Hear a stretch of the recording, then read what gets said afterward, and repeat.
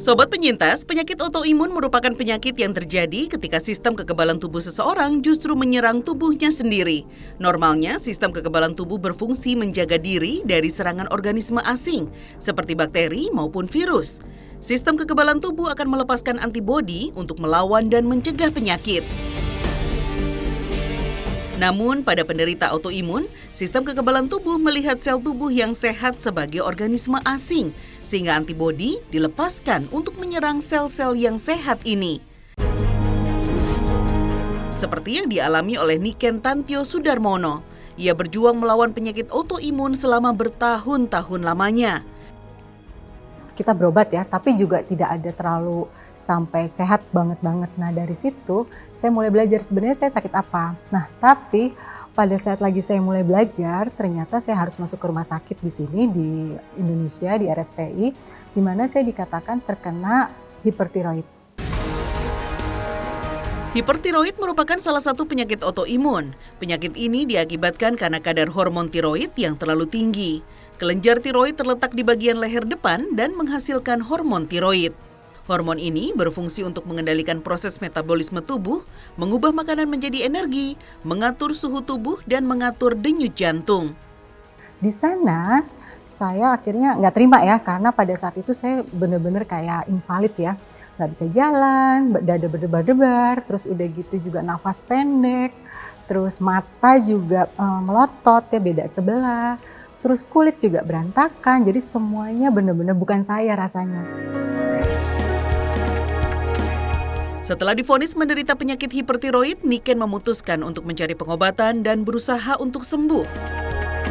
Ia pun mulai mencari informasi tambahan dari berbagai buku yang menjelaskan tentang hipertiroid atau penyakit autoimun yang dideritanya. Jadi saya belajar dari buku-buku, di mana buku-buku itu kebetulan bahasa Inggris, tapi pengarangnya adalah para dokter yang kebetulan mereka juga terkena autoimun hipertiroid. Menurut buku yang ia baca, autoimun yang menyerangnya berasal dari kejadian 10 atau 15 tahun yang lalu.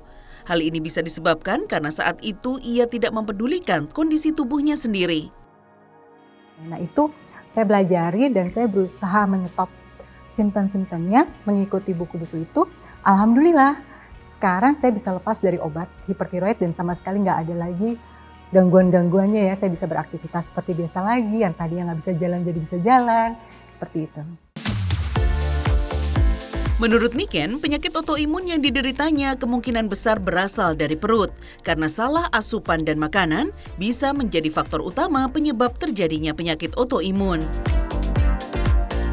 Kalau kita salah makan, jadi ada makanan yang disebut makanan penyebab inflamasi dan makanan anti nutrisi. Nah, dua makanan ini ternyata selama ini dikonsumsi oleh kita terus-menerus, itu mengakibatkan leaky gut. Leaky gut itu selama ini orang selalu pikir, mah biasa, GERD biasa. Padahal leaky gut itu adalah pencetus kanker dan autoimun. Kurang lebih selama 4 tahun lamanya, Niken berusaha melewati masa penyembuhannya. Ia percaya dan optimis dirinya bisa sembuh dan lepas dari ketergantungan obat-obatan. Saya bisa seperti sekarang ini mungkin sekitar 4 tahunan, tapi hipertiroid yang kata orang-orang tidak bisa lepas obat sepanjang hidup, itu karena pada saat saya lagi menjalankan hidup sehatnya, lalu saya terkena hipertiroid, nah itu saya cuma 3 bulan. Selama masa pengobatan ini, Niken menghentikan semua aktivitasnya, termasuk kegiatan di sosial media miliknya. Hal ini dilakukan agar dirinya dapat lebih fokus melakukan pengobatan penyakit autoimun yang dideritanya. Setelah berhasil mengendalikan penyakit autoimun, kini Niken memilih suplemen sebagai tambahan asupan, serta menjaga pola makan yang sehat, dan yang gak kalah penting dengan melakukan olahraga yang cukup.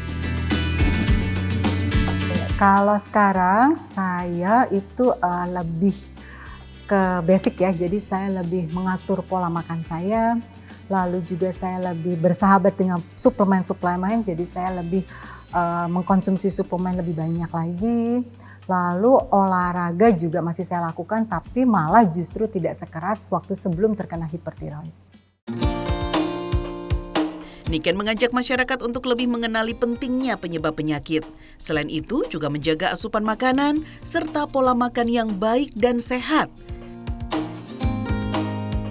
Jadi sebaiknya sebelum kejadian seperti saya, yuk kita mulai perhatikan dulu makanan-makanan, jangan sampai kita mengkonsumsi makanan yang anti nutrisi dan anti inflamasi. Ya, jadi kita cari makanan yang jangan menyebabkan inflamasi dan anti nutrisi. Nah, Sobat Penyintas, supaya kondisi tubuh tetap fit dan sehat, mulai sekarang sebaiknya menjaga asupan makanan dalam tubuh. Karena salah satu penyebab datangnya penyakit adalah karena mengkonsumsi makanan yang kurang sehat.